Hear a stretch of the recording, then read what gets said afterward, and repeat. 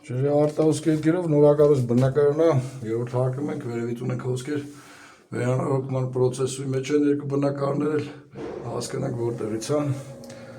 ներսը ցուրտ է, ջերմատեսիլը չի ֆիքսում, բայց աչքով ակնհայտ է, բարձրանանք հասկանանք։ Վերևի հարկում ենք, էլի ջերմատեսիլը այստեղ անզուր է, որովհետև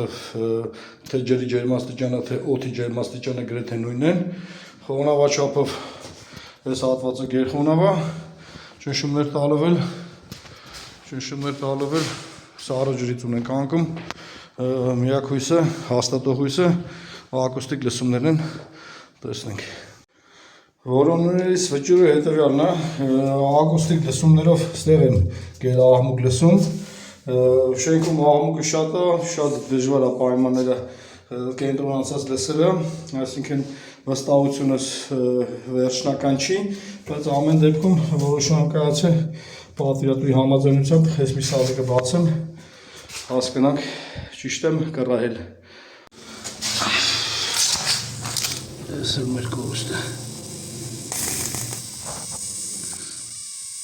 Վերպային օթով է, այս մի հատ է ջրի տեսքով։ Այդ ջրի տեսքով, այսինքն դանդաղ հոսում եմ։